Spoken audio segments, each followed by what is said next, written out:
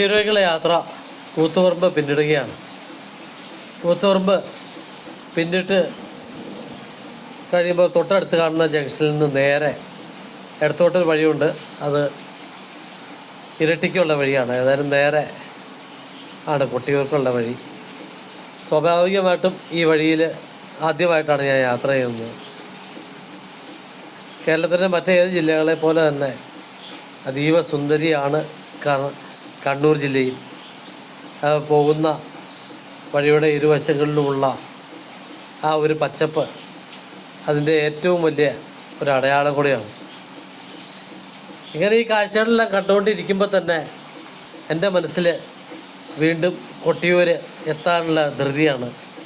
അവിടുത്തെ ആചാരങ്ങളെക്കുറിച്ചും അവിടുത്തെ ഐതിഹ്യങ്ങളെക്കുറിച്ചുമൊക്കെ ഉള്ള ചിന്തകൾ, പ്രത്യേകിച്ചും ദക്ഷയാഗം നടന്ന ആ ഒരു കഥ പണ്ട് മുത്തശ്ശിമാരുടെ അടുത്തു നിന്നും അതുപോലെ തന്നെ ചിത്രകഥകളിൽ നിന്നൊക്കെ വായിച്ചും കേട്ടും ഒക്കെ കേട്ട് പഴകിയ ആ കഥകളുടെ ഓർമ്മകൾ ഈ കൊട്ടിയൂരിലെ ഉത്സവകാലത്ത് നമ്മുടെ ഓർമ്മയിൽ വരും.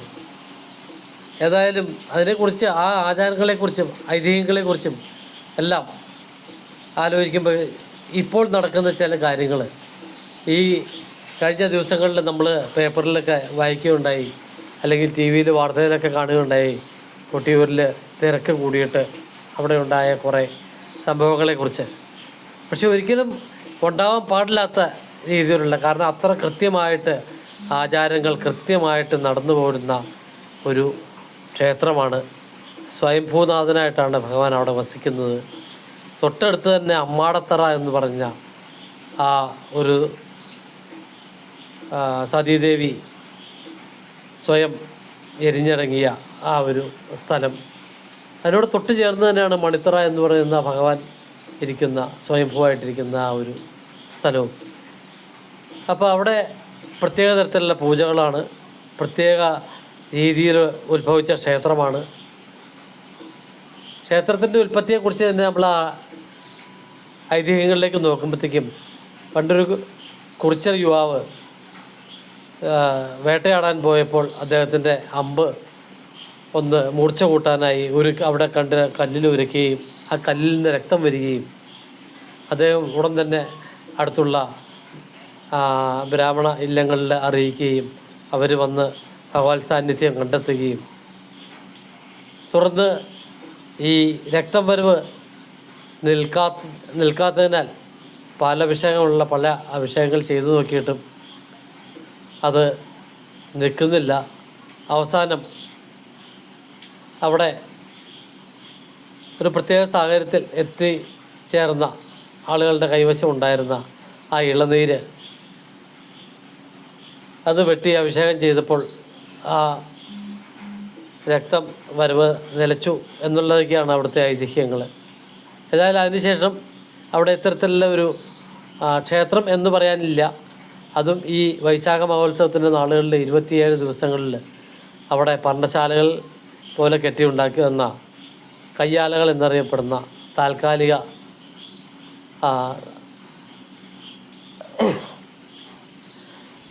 പർണ്ണശാലകളിലാണ് അവിടുത്തെ ചടങ്ങുകളും എല്ലാ കാര്യങ്ങളും നടക്കുന്നത്.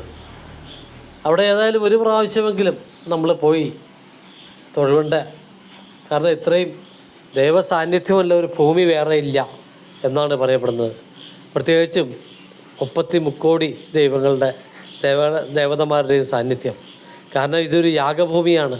ഇത് സാധാരണ രീതിയിലുള്ള ഒരു ക്ഷേത്രഭൂമിയല്ല. പ്രജാപതികളിൽ ഒരാളായ ബ്രഹ്മാവിൻ്റെ പുത്രനായ ദക്ഷൻ അതിബൃഹത്തായ വലിയതായ ഒരു യജ്ഞം നടത്തിയ, ഒരു യാഗം നടത്തിയ ഭൂമിയാണ്. ഈ ഐതിഹ്യങ്ങൾ പറയുന്ന ആ പ്രശ്നങ്ങളുണ്ടാകുന്ന സമയത്ത് എല്ലാ ദേവഗണങ്ങളും അവിടെ ഉണ്ടായിരുന്നു എന്നാണ് പറയപ്പെടുന്നത്. അതേപോലെ തന്നെ ത്രിമൂർത്തികളും ബ്രഹ്മ വിഷ്ണു മഹേശ്വരന്മാർ, അതുപോലെ ഭദ്രകാളി, വീരഭദ്രൻ, നന്ദികേശനടക്കമുള്ള എല്ലാവരും ഉണ്ടായിരുന്നു എന്നാണ് പറയപ്പെടുന്നത്. അതുകൊണ്ട് തന്നെ ഈ ഒരു ക്ഷേത്രഭൂവിൻ്റെ ഒരു പ്രത്യേകത എന്ന് പറഞ്ഞാൽ ചെറുതല്ല.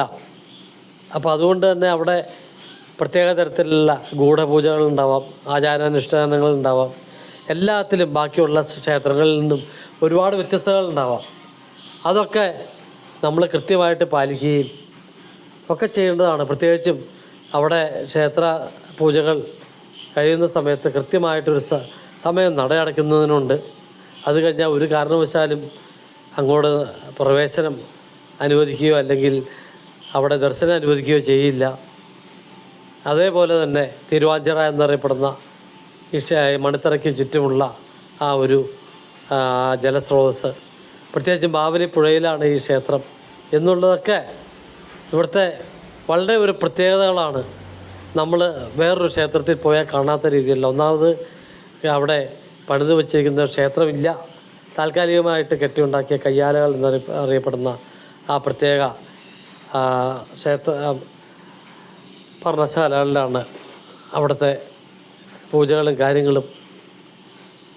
അവിടുത്തെ തിരുമേനിമാർ ഈ ദിവസങ്ങളിൽ താമസിക്കുന്നതും എല്ലാം. ഏതായാലും ബസ് കൊട്ടിയൂരിനോട് അടുത്തുകൊണ്ടിരിക്കുന്നു, രണ്ട് സൈഡിലും. പക്ഷേ ജനവാസ പ്രദേശമാണ്.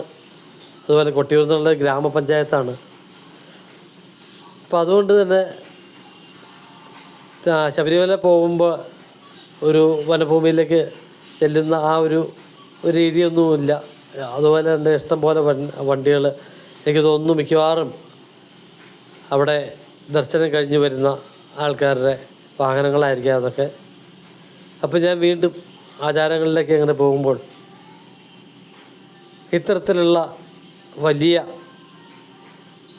കാര്യങ്ങളുള്ള ഒരു ക്ഷേത്ര സമുച്ചയം, അങ്ങനെയൊന്നും പ്രത്യേകിച്ച് പറയാനായിട്ട് ഒരു സമുച്ചയം അങ്ങനെയൊന്നും ഇല്ല. കാരണം ഇത് ഈ 27 ദിവസം കഴിഞ്ഞാൽ അവിടെ ഉണ്ടാക്കിയിരിക്കുന്ന പർണശാലകളെല്ലാം പൊളിച്ച് മാറ്റി അവിടെ ആ പ്രദേശത്തേക്ക് പോലും ആരും പോവാറില്ല. പിന്നെ അടുത്ത ആ ഒരു വൈശാഖ മാസം ആവാതെ. അപ്പം അങ്ങനെയുള്ള ഒരുപാട് പ്രത്യേകതകളുള്ളൊരു ക്ഷേത്രം. അവിടെ നമ്മൾ കടന്ന് ചെല്ലുക, അവിടെ നമുക്ക് പറ്റുന്ന രീതിയിൽ പ്രാർത്ഥിക്കുക, തിരിച്ചു പോരുക. അതല്ലാതെ വേറെ നമുക്ക് ഏതെങ്കിലും തരത്തിലുള്ള അസൗകര്യങ്ങൾ, ഒരുപാട് അസൗകര്യങ്ങളാണ്. കാരണം ഇത്തരത്തിലൊരു ക്ഷേത്രമില്ല എന്നുള്ളത് തന്നെ ഒരുപാട് കാര്യങ്ങളുണ്ട് അവിടെ. പക്ഷേ അതിനൊക്കെ പുറമെ എല്ലാ ദേവഗണങ്ങളുടെയും സജീവ സാന്നിധ്യം ഇപ്പോഴും ഉണ്ട് എന്ന് പറയപ്പെടുന്ന ആ പുണ്യഭൂവിൽ ഒരിക്കലെങ്കിലും ജീവിതത്തിൽ എത്താൻ പറ്റുക എന്ന് പറയുന്നത് വലിയൊരു കാര്യമാണ്. അപ്പോൾ അതുകൊണ്ട് തന്നെ ആ ഒരു ഭൂമിയിലേക്ക് എത്തുന്നതിന്, അതിൻ്റെ ആ ഒരു സ്ഥലത്തേക്ക് അടുക്കുന്തോറും എൻ്റെ മനസ്സിൽ എന്താണ് നിറയുന്നത്? പ്രത്യേകിച്ചും ശ്രീ പരമേശ്വരൻ സ്വയംഭൂവായിട്ട് കുടികൊള്ളുന്നൊരു സ്ഥലം ക്ഷിപ്രപ്രസാദിയാണ്, അതേപോലെ തന്നെ ക്ഷിപ്രകോപിയുമാണ്.